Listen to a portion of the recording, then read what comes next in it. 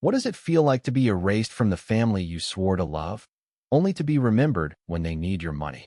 Lila stood in the backyard, the hum of laughter and clinking glasses spilling from the house behind her. The sun dipped low, painting the sky in hues of amber and violet, but the warmth never reached her. She clutched her wine glass, her fingers tight around the stem, as she watched her husband's family pose for photos on the patio. The photographer called out, "Closer together, now smile." And they did, her in-laws, their children, their spouses, all beaming in their coordinated outfits. Lila waited, expecting a nod, a wave, anything to include her. But the lens never turned her way. She was invisible, a ghost in their perfect frame. She'd married Ethan 3 years ago, her heart full of hope. She'd dreamed of being part of his tight-knit family, of holiday dinners and shared secrets. But from the start, his mother, Diane, had set the tone. "You're not one of us," Diane had said once, her smile sharp as a blade. It wasn't just words. It was the way they whispered when Lila entered a room, the way invitations to family events arrived late or not at all. Tonight's anniversary party for Ethan's parents was no different. Lila had helped plan it, spent hours choosing the menu. Yet when the photographer arrived, Diane had pulled Ethan into the frame and left Lila on the sidelines. As the party wound down, Lila slipped into the kitchen, seeking solace in the quiet. That's when she overheard Diane's voice, low and urgent, speaking to Ethan. "We need to ask her. The bank won't budge, and we're short $90,000 for the new house." Lila froze, her breath catching. Alone? From her? The same woman they'd just excluded from their precious family portrait? The audacity burned, but it wasn't the worst of it.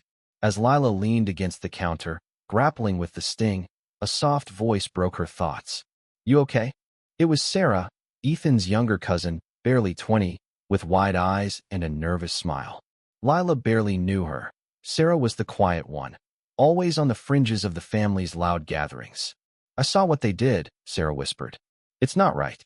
They do it to me too, you know. If you're not in their inner circle, you're nothing." Her words were a twist of the knife, but also a strange comfort.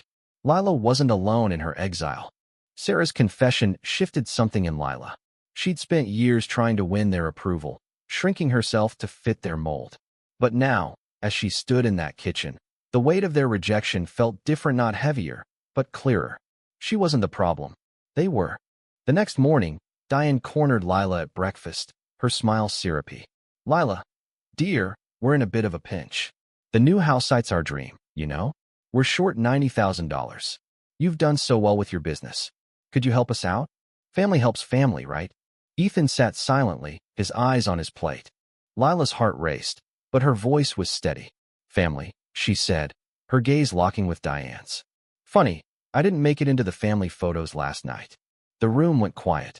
Diane's smile faltered, and Ethan finally looked up, his face a mix of guilt and surprise. Lila didn't stop.